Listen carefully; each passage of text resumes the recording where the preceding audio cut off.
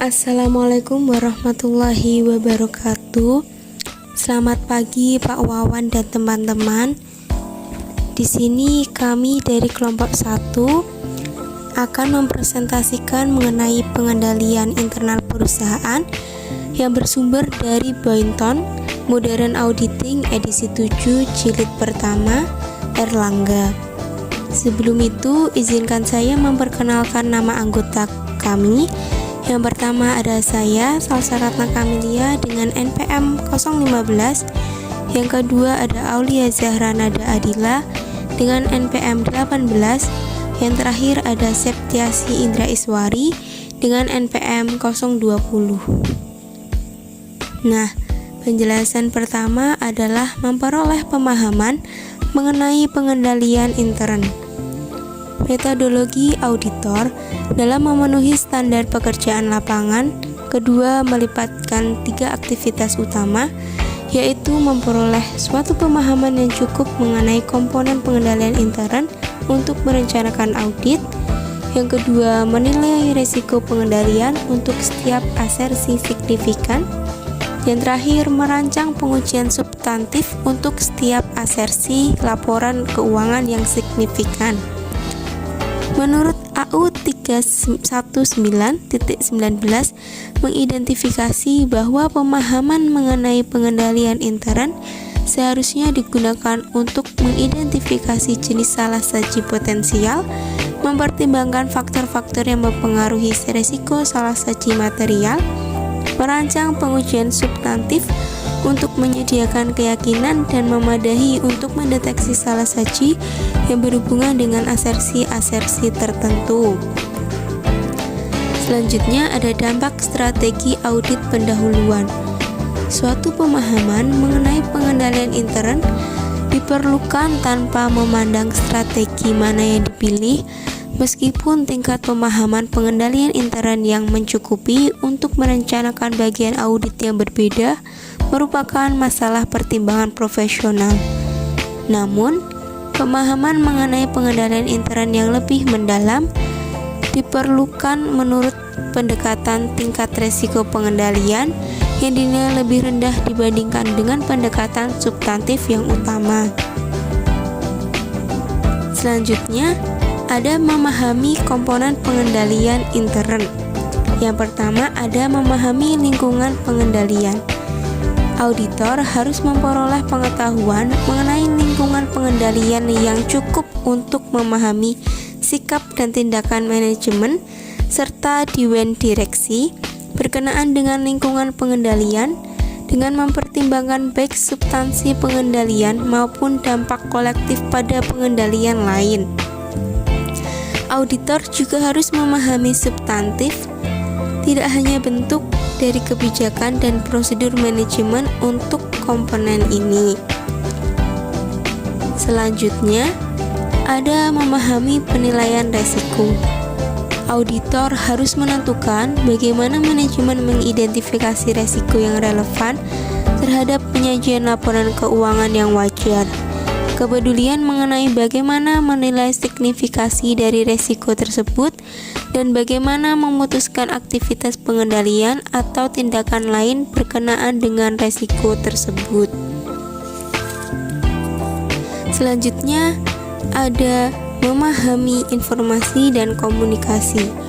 Auditor harus memperoleh pengetahuan yang mencukupi mengenai informasi yang relevan dengan pelaporan keuangan.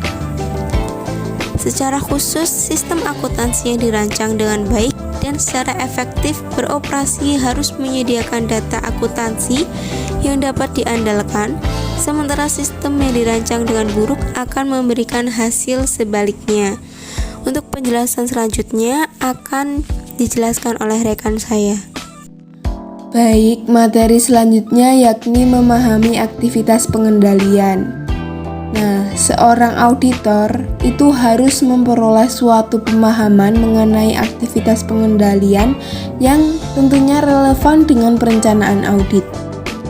Nah, pada saat auditor ini memperoleh suatu pemahaman mengenai lingkungan pengendalian, penilaian risiko, informasi dan komunikasi, serta komponen pemantauan dan pengendalian intern.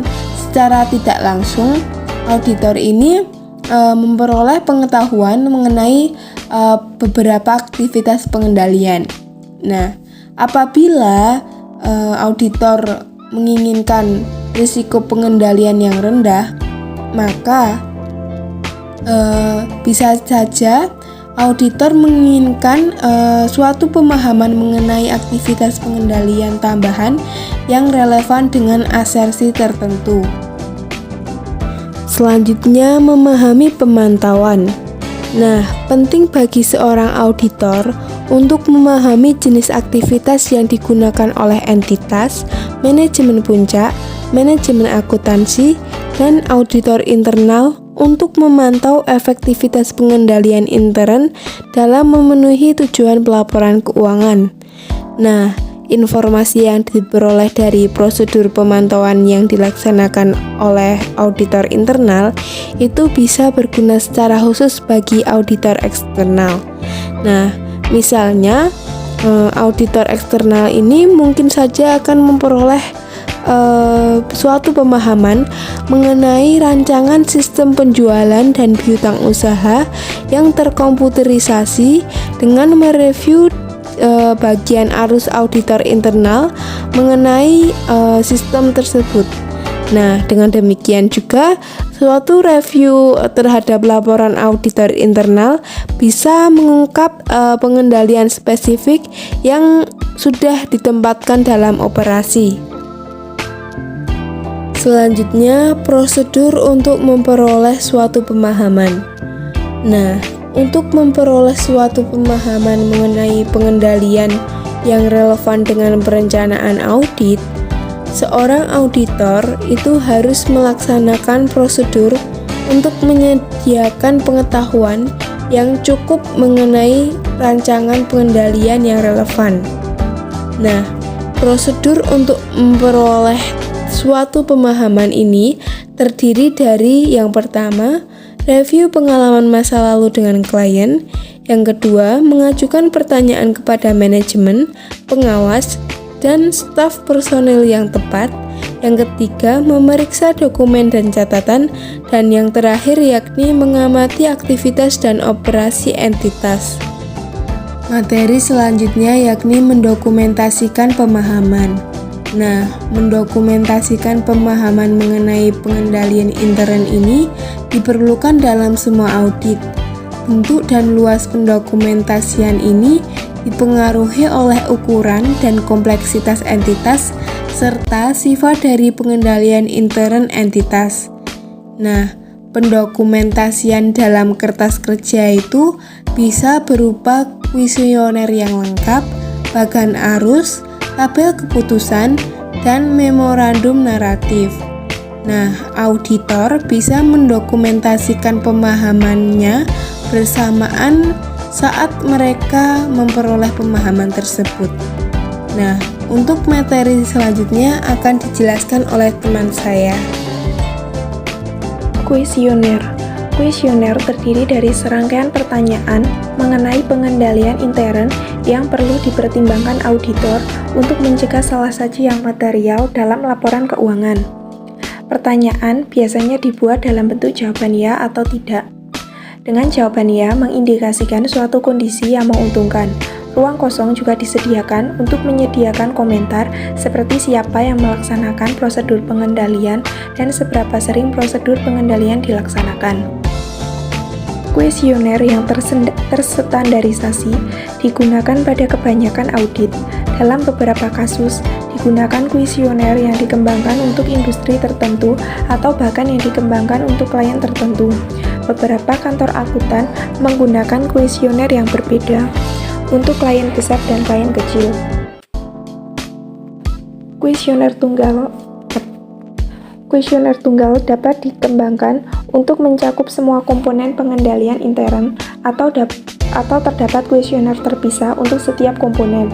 Dalam kasus di mana setiap sistem akuntansi dan aktivitas pengendalian berhubungan, mungkin terdapat kuesioner terpisah berkenaan dengan golongan transaksi yang berbeda, seperti penjualan dan pengeluaran kas.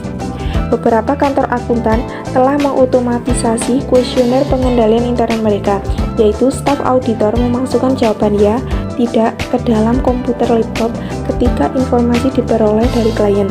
Perangkat lunak auditor kemudian menganalisis pola jawaban dengan pertanyaan dan mengarahkan auditor pada langkah-langkah dalam menilai risiko pengendalian dan merancang pengujian substantif untuk asersi laporan keuangan spesifik. Beberapa kantor akuntan juga menyediakan pelatihan khusus untuk stafnya atas keahlian melakukan wawancara yang digunakan dalam mengatur kuesioner. Sebagai contoh, dengan waspada terhadap tanda nonverbal yang diberikan oleh orang yang diwawancarai, seperti keengganan untuk menjawab, pemahaman auditor dapat ditingkatkan secara signifikan. Sebagai suatu cara untuk mendokumentasikan pemahaman, kuesioner menawarkan sejumlah keuntungan. Kuesioner biasanya dikembangkan oleh profesional yang sangat berpengalaman dan menyediakan pedoman yang baik bagi staf yang kurang berpengalaman yang ingin memperoleh pemahaman mengenai suatu audit tertentu.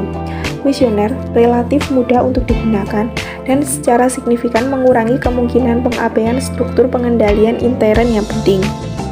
Bagan arus. Bagan arus adalah suatu diagram skematik dengan menggunakan simbol-simbol terstandarisasi, garis arus yang saling berhubungan, dan keterangan yang menggambarkan langkah-langkah yang terlibat dalam memproses informasi melalui sistem akuntansi.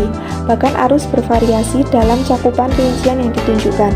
Suatu tinjauan bagan arus yang luas yang hanya terdiri dari beberapa simbol dapat dibuat untuk sistem akuntansi secara keseluruhan atau untuk siklus transaksi tertentu seperti siklus pendapatan.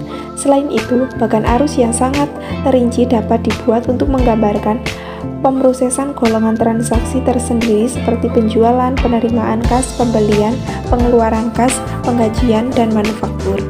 Banyak bagan arus yang ditunjukkan dalam untuk bekerja dengan suatu uraian naratif yang menggambarkan pengendalian dalam detail tambahan. Bahkan arus tersebut menunjukkan: pertama, alur transaksi dari mulainya transaksi hingga pengiktisaran dalam buku besar umum.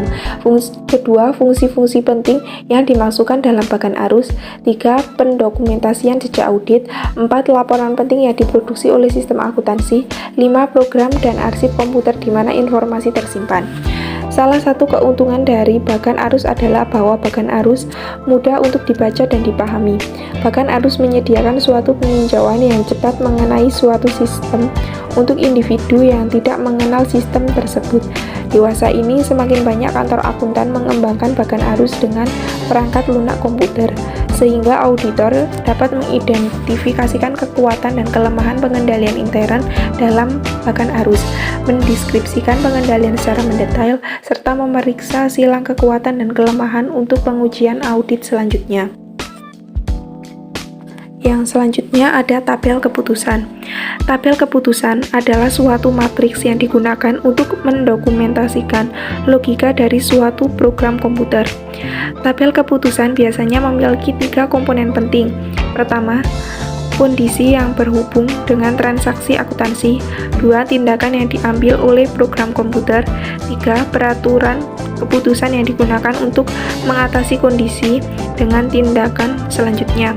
Kondisi yang dimasukkan dalam tabel keputusan biasanya mewakili kondisi yang berhubungan dengan prosedur pengendalian yang relevan dengan audit. Tindakan mencerminkan tindakan-tindakan yang diambil oleh program komputer ketika kondisi dipenuhi. Kombinasi dari kondisi dan tindakan menggambarkan peraturan keputusan program. Tabel keputusan tidak digunakan secara luas seperti bagan arus atau naratif, tapi bagan arus tersebut terutama berguna ketika memahami pengendalian aplikasi yang terprogram. Keuntungan dari tabel keputusan adalah bahwa tabel keputusan sederhana dan mudah dipahami. Tabel tersebut menyediakan pendekatan sistematis untuk menganalisis logika program dan mudah untuk merancang pengujian pengendalian dengan menggunakan tabel keputusan. Memorandum naratif. Memorandum naratif terdiri dari komentar-komentar tertulis berkenaan dengan pertimbangan auditor atas pengendalian intern. Memorandum dapat digunakan untuk melengkapi bagan arus atau bentuk pendokumentasian lain dengan meringkas keseluruhan pemahaman auditor mengenai pengendalian intern, komponen individu dari pengendalian intern, atau kebijakan dari prosedur spesifik. Dalam mengaudit entitas kecil, memorandum naratif dapat berperan sebagai satu-satunya pendokumentasian dari pemahaman auditor. Sekian presentasi dari kami, kurang dan lebihnya mohon maaf. Wassalamualaikum warahmatullahi wabarakatuh.